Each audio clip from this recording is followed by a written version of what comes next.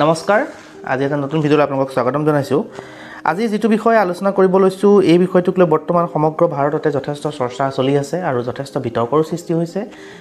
অৱশ্যে বৰ্তমান যদিও এই বিষয়টোক লৈ চৰ্চা হৈছে বিতৰ্ক হৈছে কিন্তু এই বিষয়টোক লৈ যোৱা 4-5 বছৰ বা তাতকৈ বেছি সময় ধৰি যেতিয়া প্ৰায় এই বিষয়টো ভাৰতীয় ৰাজনীতিত প্ৰৱেশ কৰিছে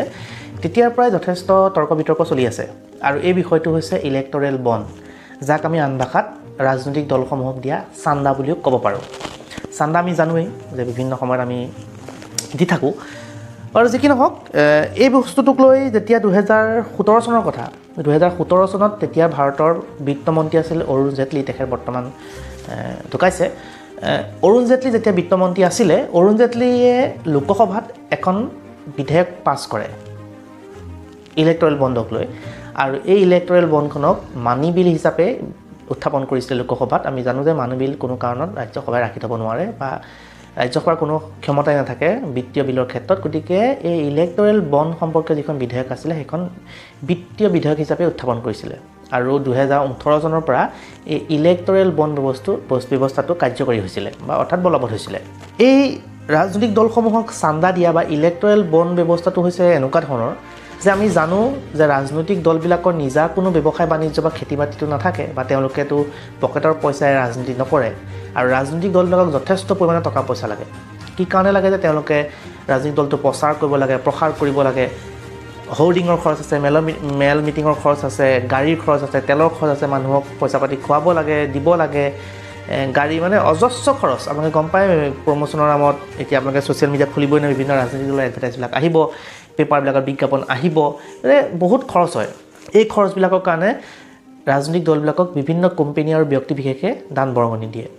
এই দান বৰঙণি দিয়া ব্যৱস্থাটোক ইলেক্টৰেল আগতে আছিলে যে যোনে যি ইচ্ছা কৰে তাকে দিব পাৰিছিলে আৰু কোনে দিয়ে ক'ৰ পৰা দিয়ে আমি সেই বিষয়ে একো তথ্য আমি গম পোৱাৰ কোনো ব্যৱস্থা নাছিলে কিন্তু 2017 চনত যেতিয়া পৰা ইলেক্টৰেল বণ্ডৰ ব্যৱস্থা কৰিলে তেতিয়াৰ পৰা কোনটো কোম্পানীয়ে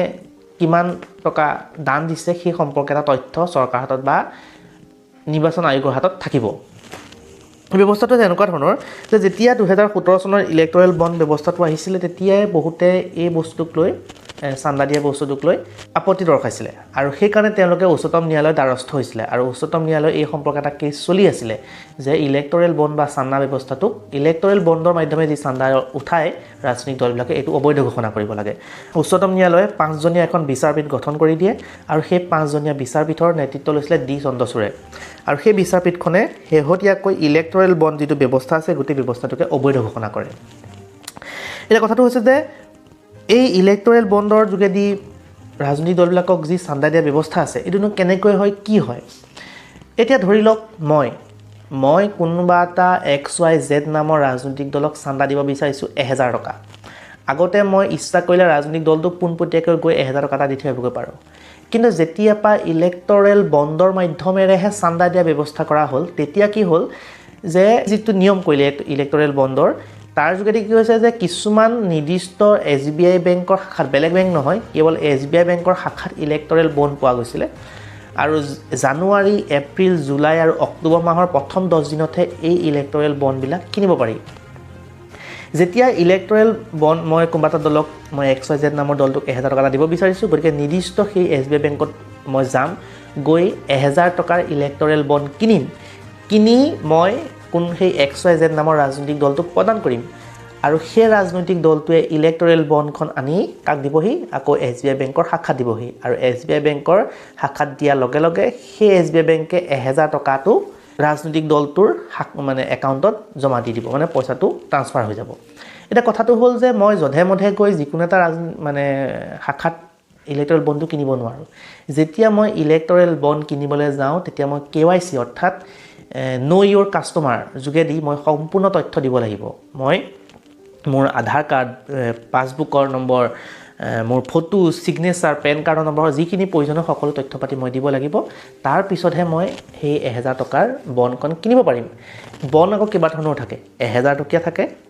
10000 টকীয়া থাকে 1 লাখ টকীয়া থাকে 10 লাখ টকীয়া থাকে আৰু 1 কোটি টকীয়া থাকে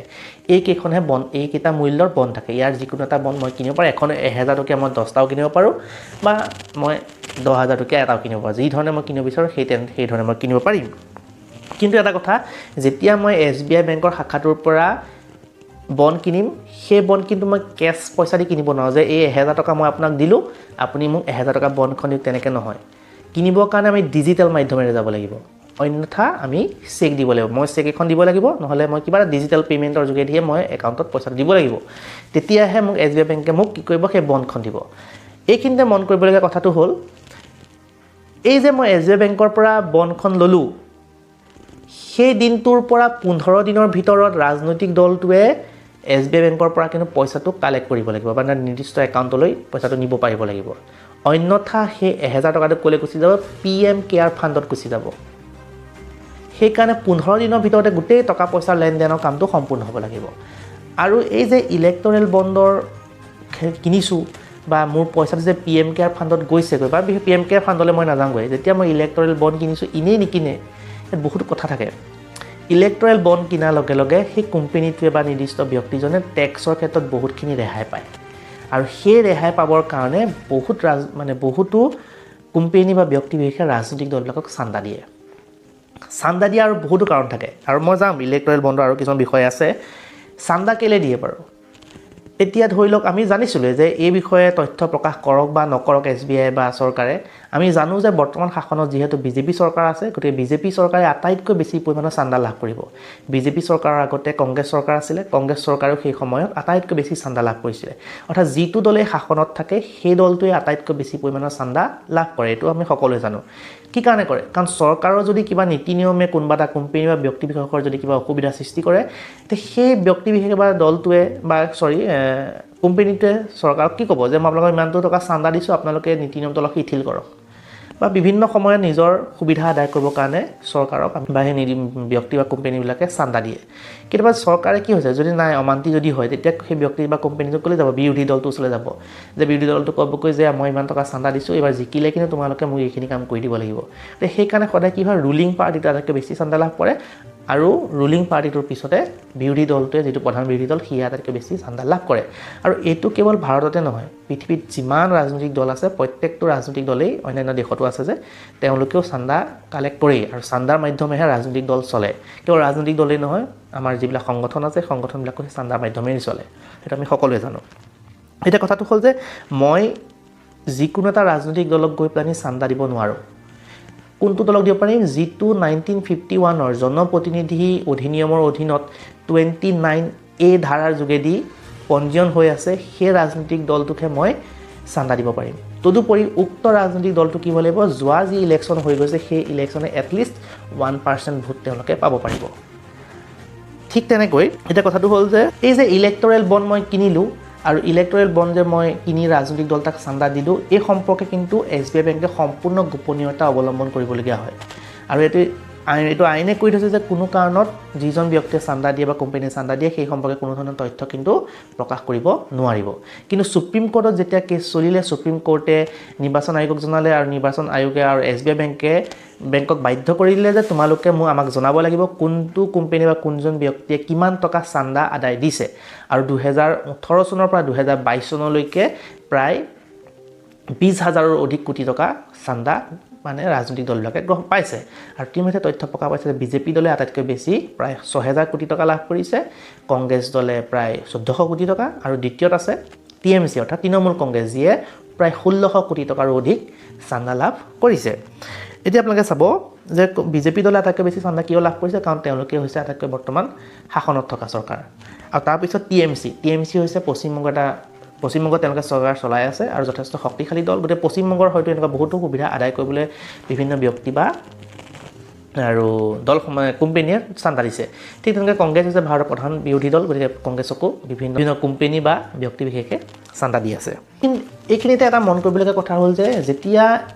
SBI বেংকে কোনো এজন ব্যক্তিক ইলেক্টৰেল বণ্ডটো দিয়ে, এটা ইউনিক কোড বা এটা চিক্ৰেট নম্বৰ থাকে,